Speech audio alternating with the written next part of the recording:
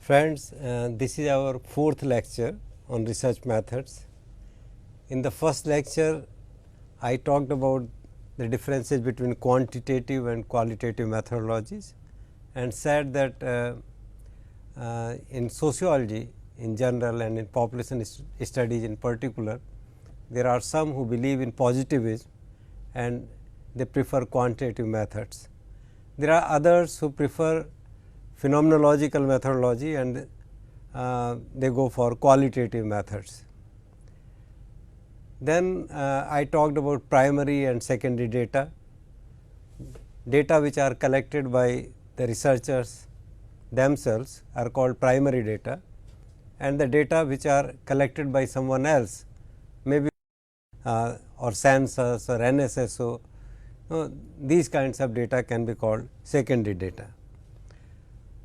Then in the last lecture, I talked about certain tools and techniques of data collection, I mean primary data, though the same methods are used by others when they are collecting data for themselves and their data become secondary for us. These methods are census, survey, focus group discussion, interviews of key respondents, experimental method and anthropological method of field work. Now, today I am going to introduce another tool of data collection, which also has a different approach behind it, and that is participatory rural appraisal. The participatory rural appraisal has been used more by development experts, economists, anthropologists, political scientists, sociologists, all those interested in studies of development at the village level, in tribal communities, in less developed societies. But now, this idea of participatory rural appraisal PRA is being used in many other fields of research. Therefore, it becomes important for students of population studies to get introduced to some basic ideas of participatory appraisal. In this 1 hour time, I will try to present some basic material on origin, nature, type of participatory rural appraisal methods, and if time permits, I can also discuss a bit about some experiences of ours in using participatory rural appraisal. Now, participatory rural appraisal, there are five major sources of PRA. One, participatory action research. This participatory action research means action research done in the field of development, environment, development, watershed programs, community development, with the help of participation of people. This kind of analysis has been more popular in agroeconomic system analysis, in applied anthropology, in farming systems research and rapid rural appraisal. The basic works on PRA are by Robert Chambers. Later on, many other development theorists have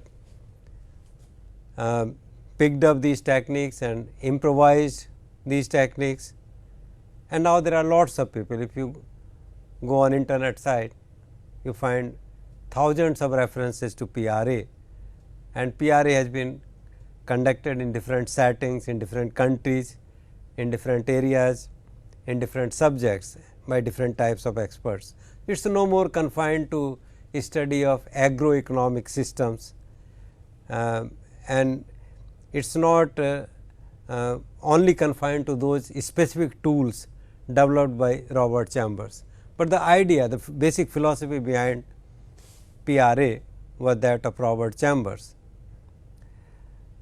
In 1983, he wrote a book, Rural Development, Putting the Last First. Now, the title of the book itself shows that in this study, Chambers is stressing on the perspective of the most downtrodden or most underprivileged or the poor or the marginal sections of society. That to study rural development, to conceptualize rural development, to develop strategies for rural development, you have to count the viewpoints of those who are at the bottom of economic development.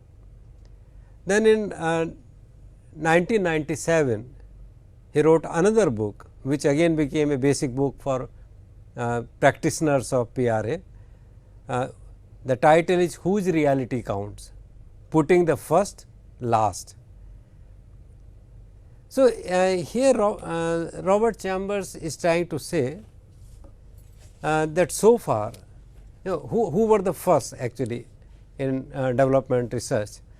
The first were the experts, researchers, consultants, World Bank specialists and policy makers. And the understanding of rural development or the understanding of society so far has been the understanding of these experts and planners.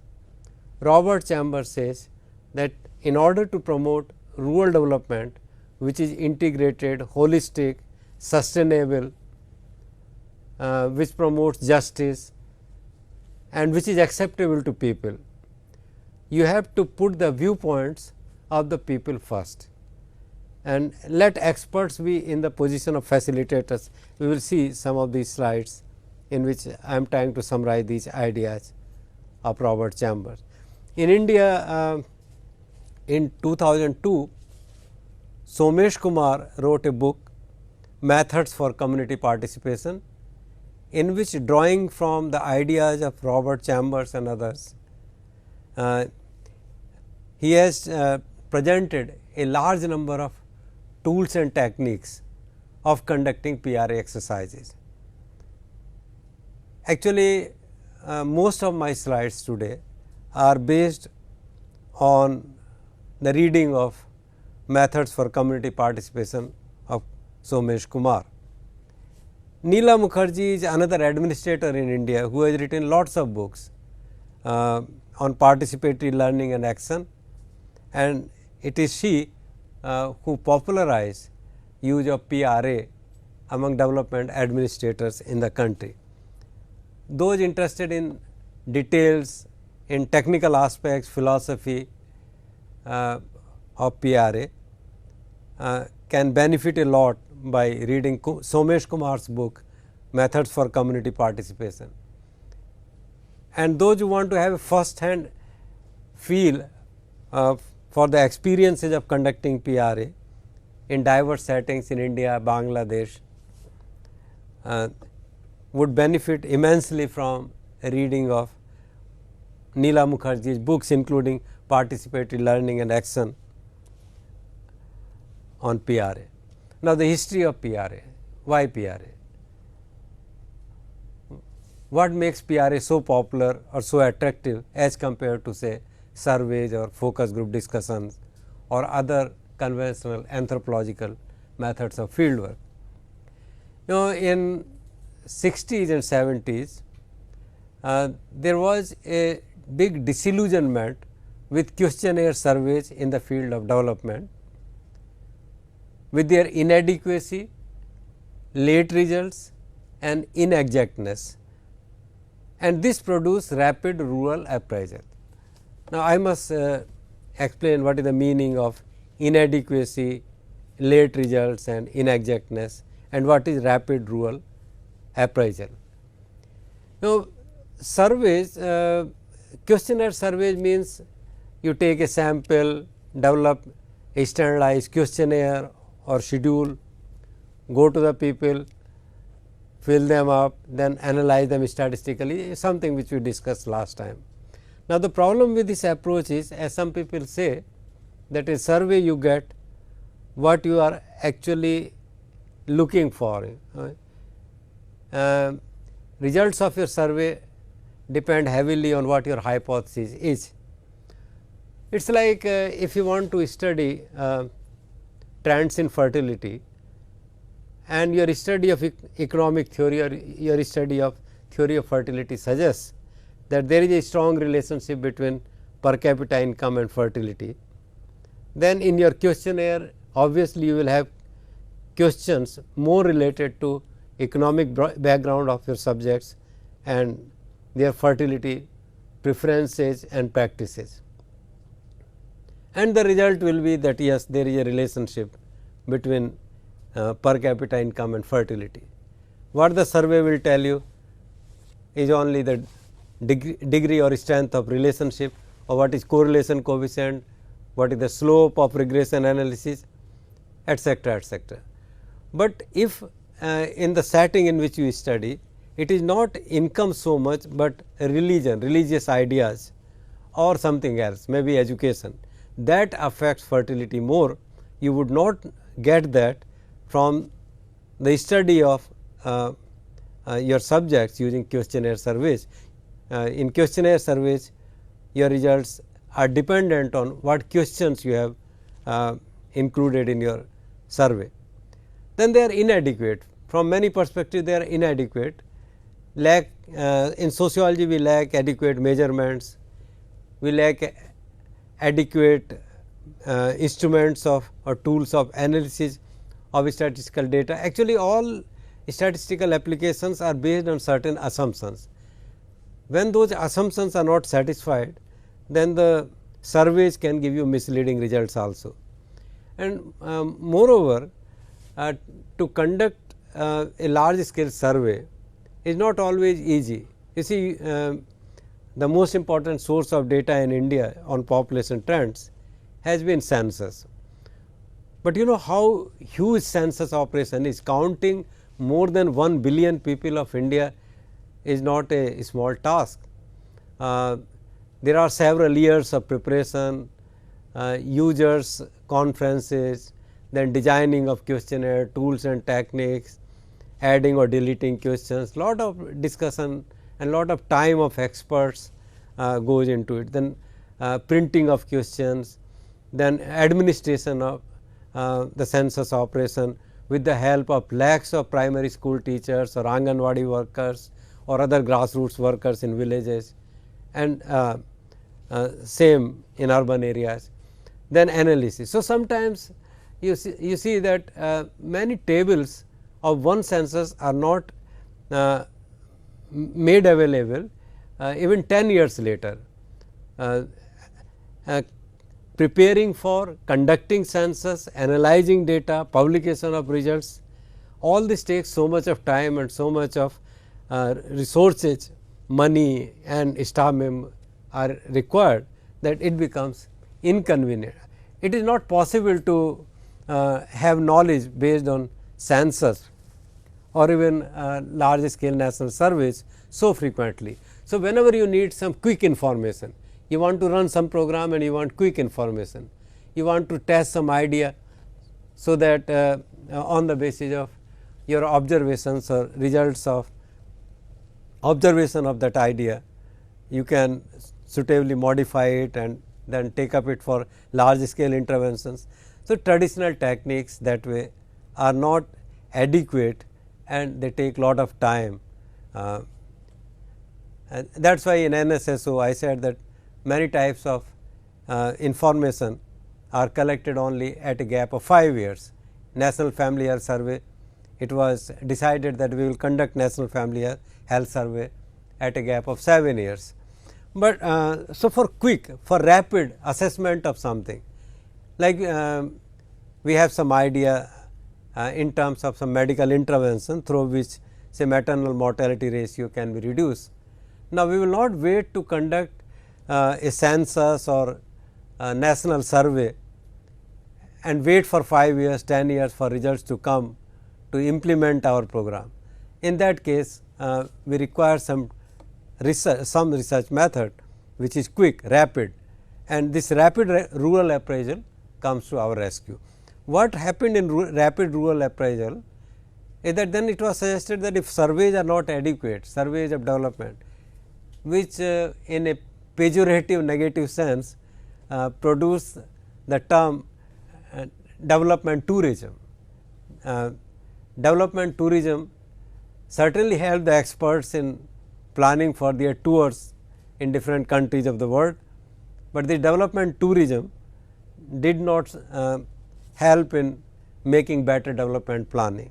So, RRA, it was suggested by certain world organizations including World Bank, that if a team of experts, an interdisciplinary team of experts consisting of sociologists, economists, political scientists, psychologists go together and talk to people in the field, and then have some kind of brainstorming, communication among them, communication between experts and people, communication among experts, communication among people, creating a situation in which communication in all directions is facilitated. Then the learning that takes place with this interdisciplinary team of researchers is quick and more valuable than the findings of the survey. So, this rapid rural appraisal was developed in response to inadequacy of survey results. But RRA was not PRA. RRA also gives more importance to experts. It is an interdisciplinary team of experts who visits a rural area for a limited period of time, talks to diverse sections of society. It is like using qualitative research methods by an interdisciplinary team of researchers and arriving at quick findings. So, RRA was participatory. It was participatory in the sense that people had the opportunity to participate and present their viewpoints before experts, and it was interdisciplinary. You cannot study development simply with the help of sociological frameworks or sociological apparatuses. Development is a holistic multidimensional concept, and in order to understand approaches, problems of and results or impacts of development policies, you require interdisciplinary team. Now, subsequently it led to participatory rural appraisal. Here the term rural is actually misnomer. PRA has been applied both in urban and rural settings, just because it started with rural areas. So, it was called participatory rural appraisal. The term rural is misnomer, but shift from RRA to PRA is more important. RRA too is experts based, PRA becomes more people centered. We will see how PRA becomes more people centered. The principles of PRA are reversal of learning. In the traditional methods of learning, it is believed that experts are the scholars from which ordinary people are to learn something, or experts are the scholars from which development planners or policy makers are to learn something. So, knowledge flows from experts to people or experts to policy makers. The principle of PRA is that people know about their condition better. They are also in a position to analyze their condition better. They are in a position to tell us better what is good for them, or what kind of policies and programs are required in their setup, which will actually benefit them. And it is we experts or development planners who must go to people, talk to them and learn from them what is good for them, or what kind of programs should be developed. This is one reversal of learning, not from experts to people or experts to policy makers, but from people to policy makers via experts. Then rapid and progressive learning. This is another principle, that we want quick results. We can't wait for surveys or censuses, and we cannot wait for experimental design. We cannot wait for field work. Anthropologists suggested that field work must be conducted for at least 1 year. Now, sometimes there is no time to wait for 1 year for implementing your development policy. So, another advantage of PRA techniques is that they produce rapid results and there is progressive learning, accumulative, continuous, additive, there is more progressive learning as time passes and we learn more from experiences of people, our own experiences, our implementation of tools and techniques of PRA. Then it offsetting biases. In conducting research, our research findings often reflected the biases of the researchers, the experts. In sociology, there is a great debate on whether value neutral knowledge is possible or not. There are some people, positivists, who believe that yes, it is possible to generate value free knowledge on the line of scientific, mathematical, scientific, experimental knowledge, and on the other there are some who say that no, values will always interfere in the work of researchers. In PRA, since the focus of knowledge is on people, so an attempt is made, at least an attempt is made to learn from people and learn with the biases and prejudices or assumptions or values of people, not affected. Our results in PRA should not be affected by the biases, prejudices, world views or theoretical positions of experts. If there are biases, these biases are the biases of people. So, offsetting biases is another important aim of PRA technique. Then optimal ignorance. Optimal ignorance, this principle will mean that we do not want to know everything, we want to know things of practical interest only. So, confining to those areas in which we are interested, small things, small experimentations, we want to have as much knowledge as is required, optimal. It should not be too much. We do not want to maximize knowledge in surveys or in mathematical, in quantitative understanding of social science subjects, there is limitless learning. So, there is no end to construction of better measurements of poverty, for example. For decades we have been talking about measurement of poverty and improvising methods of measuring poverty. Here in PRA, our aim is limited. Our aim is limited to learn what is good for the intervention in a concrete setting.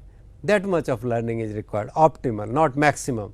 In management literature, we make a difference between maximum and optimum. In PRA, we are interested in optimum knowledge and not in maximum knowledge in any field. Triangulation. Triangulation means in PRA techniques, it is possible to combine different tools and techniques, world views, perspectives, and you can use qualitative methods of say open-ended interviews, narratives along with certain techniques which are in the specific domain of PRA. PRA helps us in unearthing the complexities and diversities of points of view. If there are differences with regard to something between different social groups, different villages, different regions, then PRA will help us in unearthing those diversities. The assumptions are that the poor and the marginalized are capable of analyzing their own realities. They have the capacity. Earlier researchers felt that when they go to interview people, it is to generate knowledge based on certain scientific assumptions, and that knowledge belongs to experts. People on their own are not capable of analyzing their reality. For analysis, you depend on experts. So, for planning commission, experts would be academicians, scholars or intellectuals. The assumption in PRA is that the poor and marginalized understand experience of living anywhere else outside their village, but at least in their village condition, they understand their situation much better. They can analyze it, they can discuss it among themselves, they can come up with solutions, and the only problem is that they are not in a position to implement what they think is the right thing or what is to be. they are not in a position to do what they think should be done, so that they can or their community can develop. So, with the help of PRA, we are trying to empower the people. We are also empowering also in another psychological sense, that we are giving voice to the people, and we are giving the confidence. We are telling that do not always depend on outside agencies, NGOs or government. You are yourself capable of understanding your situation, analyzing your situation and implementing solutions. There are many things which you yourself can do in your situation, and in that way it is quite empowering and healing. Then the outsiders should act only as conveners, catalysts and facilitators, not as generators or producers of knowledge. Another assumption of PRA is that self critical awareness of the facilitator is an essential prerequisite. Who is the fittest person for conducting PRA? A person who is self critical, who is reflective and who is aware of his own limitations and strengths and the biases which he carries in conducting his research. The facilitator should reflect critically on their own concepts, values, attitudes, behavior, etc., on a regular basis. If you are unreflective, you may be a good quantitative sociologist, but you cannot be a good PRA expert. And lastly, learning should be experiential in nature and based on principles of adult learning. The methods. Now, although in 1 hour time it is difficult to tell everything about PRA, but I will make an attempt to present a glimpse of what are all different kinds of methods of PRA which have been used in the past by Robert Chambers or by Neela Mukherjee or other experts working in different parts of the world. There are some space related PRA methods, there are time related PRA methods, and there are PRA relations method. As the words themselves show, space related PRA methods are the methods which are used to generate a picture of space at a given point of time. When we want to know the social organization of a community, we want to know the geographical landscape, we want to know morphology, we want to know connection between morphology and social conditions, we are using space related PRA methods. When the purpose is to study trend, what is happening in a village situation, what is happening in an organization, in an institution, what over the period of time, then we go for time related PRA methods. So, sometimes we go for space related methods when the purpose is to study a space, analyze space, and we go for time related methods when the purpose is to understand change. And the PRA relations methods are the methods which help us in examining relationships between different variables or different facets of reality or different aspects of reality. Space related methods are social map, resource map, mobility map, services and opportunities map, transact and participatory census method.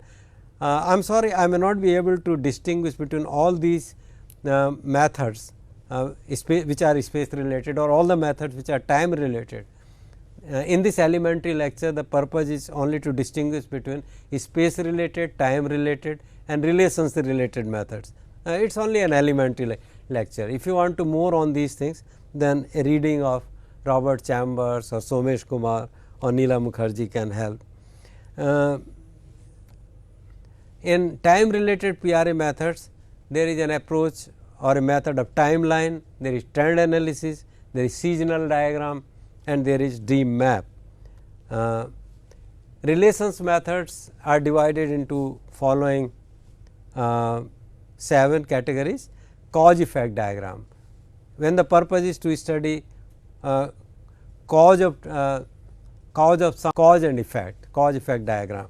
There are some diagrams which are specifically designed to study impact of certain policies and programs or even maybe natural catastrophe or epidemics, devastation, trauma. So, anything, any traumatic condition, Then systems diagram, which help us in understanding the total interrelated feedback feed forward system involved in a process. Then Venn diagram, which is also called Venn diagrams, are more popular, and one popular Hindi term for that is chapati diagram, because Venn diagrams look like a chapati rounded shape. So, they are also called chapati diagram.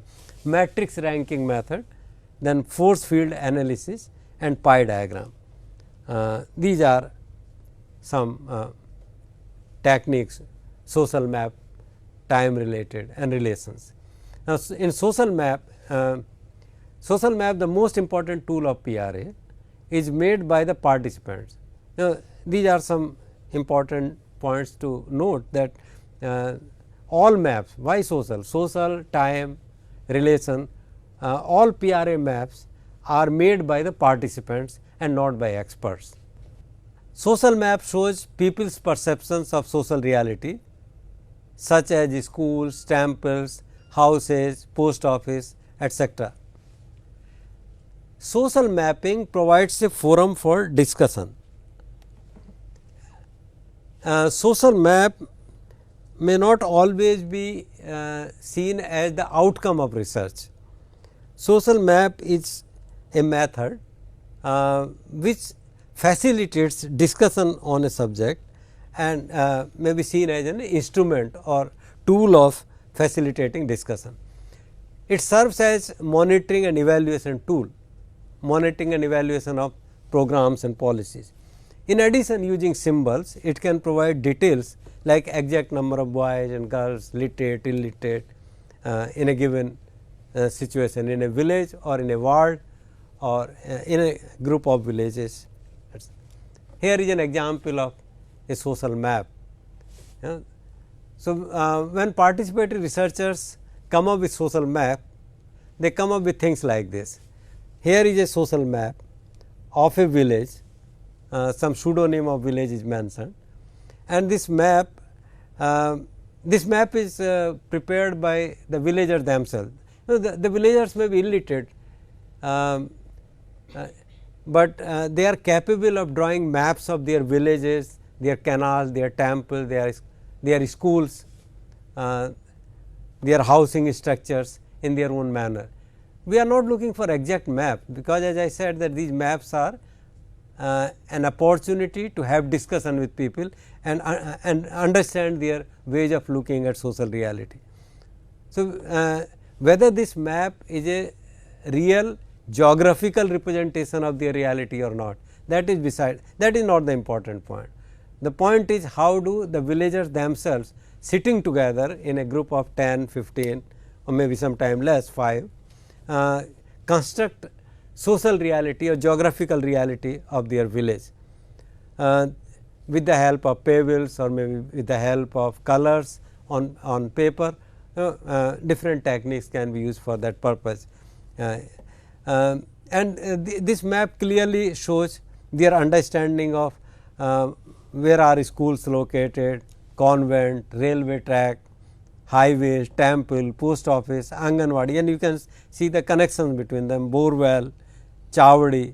And this social map also tells the number of boys and girls in age group 3 to 5 and 6 to 11 who are enrolled in schools and who are not enrolled in schools, who are unenrolled or who are dropouts, means they were enrolled at one time, but later on they dropped out.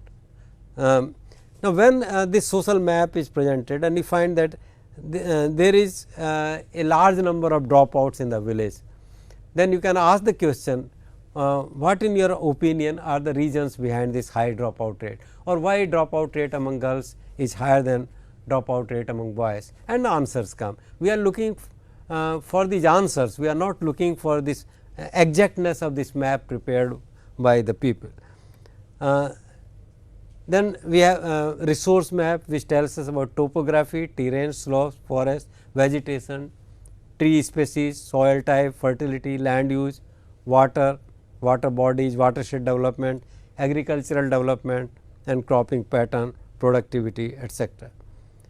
Mobility map, as the term mobility itself shows, mobility means about movement of people. When the purpose is to understand mobility or migration patterns, then mobility map can be prepared, and these maps would show the places of visit and frequency. Where do people go and how frequently? What are the distances of those places? Distance plays an important role in migration. Mode of transport, on foot, by bus, by train, by aeroplanes, by ship, purpose of visit, preference, is there any preference for certain places, and accessibility. Here is a social map with group membership and well-being categories details. One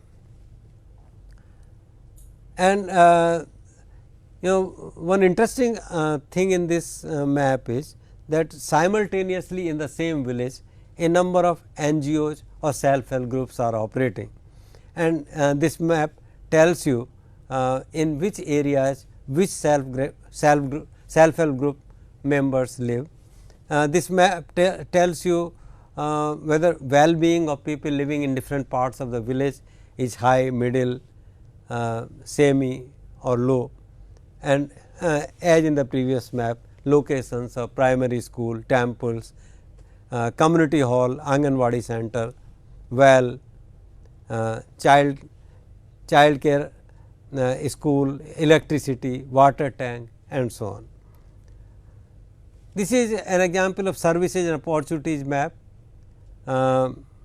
This is taken from Somesh Kumar's book, and this map tells you that for persons belonging to this village, air by HV village, what are the facilities and in which direction and at what distance. For example, township government is at 10 kilometer distance, some Chao Jia Jhang station is at 3 kilometer, market, this market is at a distance of 15 kilometer, there is hospital which is located at a distance of 30 kilometer, and railways 30 kilometer, senior school 30 kilometer. So, this tells a lot about the situation of the village. Now, it is quite possible sometime, I have seen that when I conducted PRA exercises, my co-workers or assistants or field workers were often confused, and sometimes they will come and tell me, sir, these villagers are saying that this hospital is 30 kilometers from the village, but actually it is only 15 kilometer. I tell them that exactness of distance is not important for this.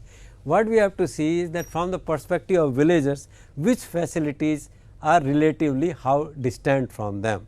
That is the purpose, and then we will ask questions of okay, this is at the distance of 30 kilometer, how do you go there, when how much time it takes, when you reach the hospital, do you generally find a doctor or a nurse, whether medicine, are you happy with the medicines given at the hospital, lots of questions, and we are looking for answer to those questions. We are not looking for exact maps.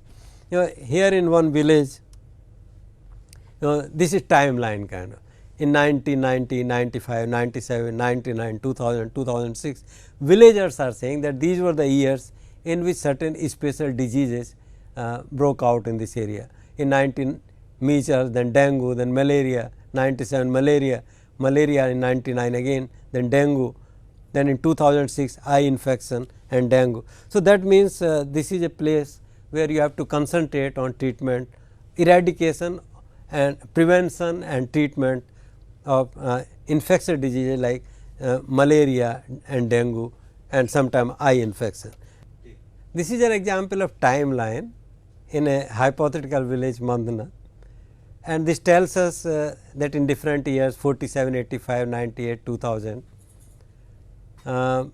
which problems were more severe, lack of food, scarcity of water, and the number of circles like these circles made by the villagers show how severe the problem was. Trend analysis. I was once talking to some villagers in Rajasthan in desert areas, semi-arid zone, extreme shortage of water, more ghee than they say that we could provide more ghee to our guests to eat, but there was no water to be offered for bathing. There was lack of irrigation facilities, and people used to go to Sindh and Bengal for employment. Housing was poor, but diseases were also less. Life was simple. There was no school. People used to eat mota anaj, bajra, and whatever could be grown there in unirrigated areas, and there were no roads.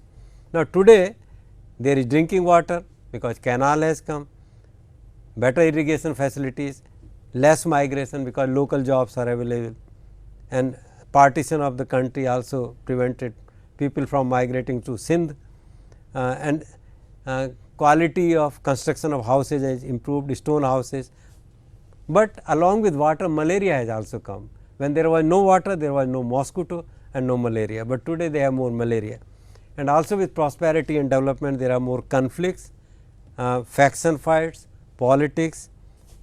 Schooling facilities have certainly improved, and people are now eating wheat in place of mota anaj, and there is good connectivity. So, this then and now listing of conditions tells a lot about the village. Similarly, here is a seasonal diagram showing impact of lift irrigation.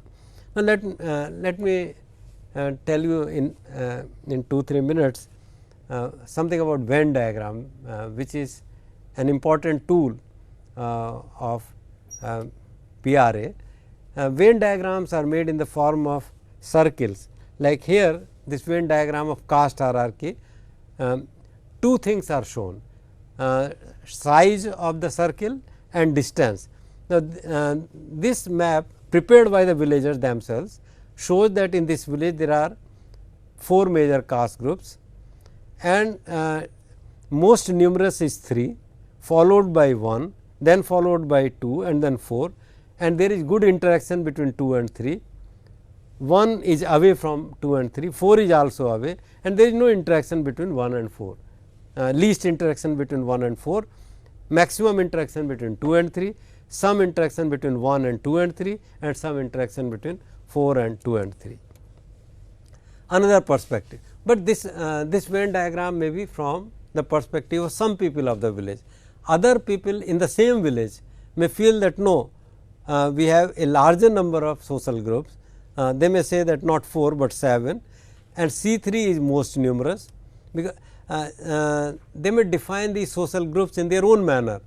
So, it is possible that in one Venn diagram something is shown as less numerous, in another diagram from another perspective. Anyway, we are looking for diverse perspectives. So, from the perspective of the second group, C3 is most numerous, and C3 interacts with C5, and they are relatively closer to C4 and C2, and C1 and C6 are the communities which have least which have least interaction with other groups in the village. Here is a Venn diagram of institutional relationships, and size of circle shows the importance of the institution for the community. Interactions shows overlapping or joint responsibilities, and differences or distances show whether there is any relationship between institutions or not. So, this diagram shows that the most important institution in the village today is PRI, and it interacts a lot with the institution of watershed program. PRI has almost no interaction with banking, and PRI cannot interfere in culture and religion of the village community. Here is a social map of Chinese village. Social map we have already seen. Here is a Venn diagram of diseases. Now, this Venn diagram can show a number of things. This Venn diagram shows perceived danger. The size of the circle shows perceived danger. The biggest circle here is tuberculosis. The people of this village where this Venn diagram was prepared are most afraid of tuberculosis, because they think that the danger of tuberculosis is highest. Risk in tuberculosis is highest. Then there are some coins inside the circles. or some small circles inside the circles of diseases, which can show how costly it is to have treatment of that disease. So, tuberculosis is very risky, it can be fatal from the perspective of people, and it is also costly. Similarly, AIDS is very risky and AIDS is very costly to treat. Fever, perceived danger of fever is less, and treatment of fever is also less costly. And then the distance of different diseases from the person can show what from their perspective the chance of getting that disease. Venn diagrams can also sometimes show the changes in institutional relationships, like here there are two types of Venn diagrams, diagram made with smooth lines and diagrams made with dotted lines, and if I had time I could explain this in more details, but one thing I can tell immediately that here this bigger circle is about money lender. In the village, money lender was very important at one time, but as time is passing the size of circle of money lender, this has shrunk to this smaller circle. Role of money lender or Seth has become less important. Role of society cum fair price shop, which was only this much earlier, has expanded, now it has become bigger, and similarly role of NGO, which was only this much earlier, has become this much, and the closeness or distance between different circles tells us about interaction. So, in short, this is what I wanted to tell about this PRA. I know that there are lots of questions in your mind, and it should be possible for us to take up one or two questions today. Now, at the end I can summarize that here are some questions and exercises that you can do on based on these 4 lectures. Difference between positivism and phenomenology. I do not think there is any difficulty now in distinguishing between positivism and phenomenology. It is a debate between scientific method and subjective meanings. Then you can try this exercise, select a national level study of fertility and critically examine its methodology and analysis plans. Third, what is the difference between interview and observation methods? Fourth, suppose you are to conduct a sample survey of child mortality in UP, develop a research design. For this you have to consult some sampling, some statistics book to develop your sample design. Then what is the difference between primary and secondary data? Today itself I commented on this, there should not be any problem in this. What are major sources of demographic data in India? Census, surveys, RCS data, NFHS data, sample register, these are the data sources. And then suppose you are to conduct FGD of rural youth to explore factors that expose them to risk of HIV, what steps you would follow? You have to prepare a research design, then write short note, quantitative method, limitations of observation method, census, experimental, RCS surveys.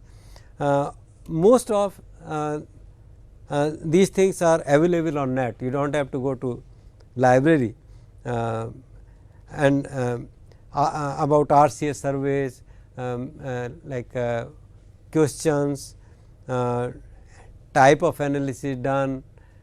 You can even find some research papers based on RCS data on net. Go to IAPS website and you find lots of things. Census data, you go to census website, I have given you the address of census website and you can find lot of material there. Here are some references, census, some a reference from Population and Development Review. These are two net sources, then reports. It will be a good idea if students of population studies see at least the report of National Family Health Survey 3. 3 is latest and it is more comprehensive, and as I said in one of the lectures that for the first time we made use of biomarkers, and that is interesting to see how that was done and what is the outcome of research. Then report of RCH and some other sources. It will be good. if you go through some of this material. So, in one of my lecture on qualitative methods, I mentioned about counter structure approach, and this Wilson ST, this article is a good article to understand what is counter structural approach. Now, let me take up one or two questions from you. Thank you, sir, for such a detailed lecture on PRA. You said that PRA seeks diversity, looks beyond standardization. Then how is consensus drawn and how valid is the final output? Could you just elaborate on that? Okay. You have asked a very interesting question, that how to arrive at consensus. You see that in the beginning we had RRA, not PRA, and in RRA with the help of interdisciplinary team of researchers, an attempt was made to arrive at consensus regarding policies and programs of development. But then, if this is a fact that people in a rural community differ with respect to their ideologies, problems, biographic situation, culture, values, or dreams of the future, then should our research not highlight that? So, the purpose of PRA exercise is to unearth, uncover, understand the nature of diversity. Let first diversity come out, and later on by sitting together again experts and people can decide what should be our priorities. Actually, in PRA exercises even priorities come from interaction with people, and we give this opportunity to people that okay, you have so many problems or you have so many differing points of view, but then you decide, develop a consensus among yourself and tell us what should be the priorities of development planners. So, this opportunity to prioritize among various options is also given to the people. Secondly, do we need to make the insider outsider distinction while doing PRA? The distinction between the expert and the marginalized group, the insider outsider distinction. It is with this recognition of the difference between insiders and outsiders that PRA was created. People are insiders and experts are outsiders, Yes, and we are looking for the understanding of insiders. How do the people themselves feel about themselves? How do the outsiders? Outsiders are only facilitators. Outsiders only create that situation in which the insiders or people sit together and reflect on their situation, analyze their situation and come up with solutions which can later be transferred to policy makers. And sir, the last question would be, do we require more than a single researcher while conducting PRA? And how different is it from an approach applied by a social anthropologist? The basic difference between social anthropological approach of fieldwork and PRA is that in anthropological approach, understanding of a situation was ultimately developed by the researcher. Here researcher is only a convener of research. He only creates that condition that he brings people together, he encourages them to talk, and he creates that situation in which it is possible to facilitate communication among people regarding their own problems, to make people involved, to make people analyze the situation in their own ways. And even the recording of what transpires between people in the form of graphs, diagrams, charts, that is also done by the people. So, experts have virtually no role to play in generation of knowledge, except that they are facilitators of knowledge. So, thank you. We stop here, and our next lecture will be devoted to the issue of modeling in population studies. Thank you.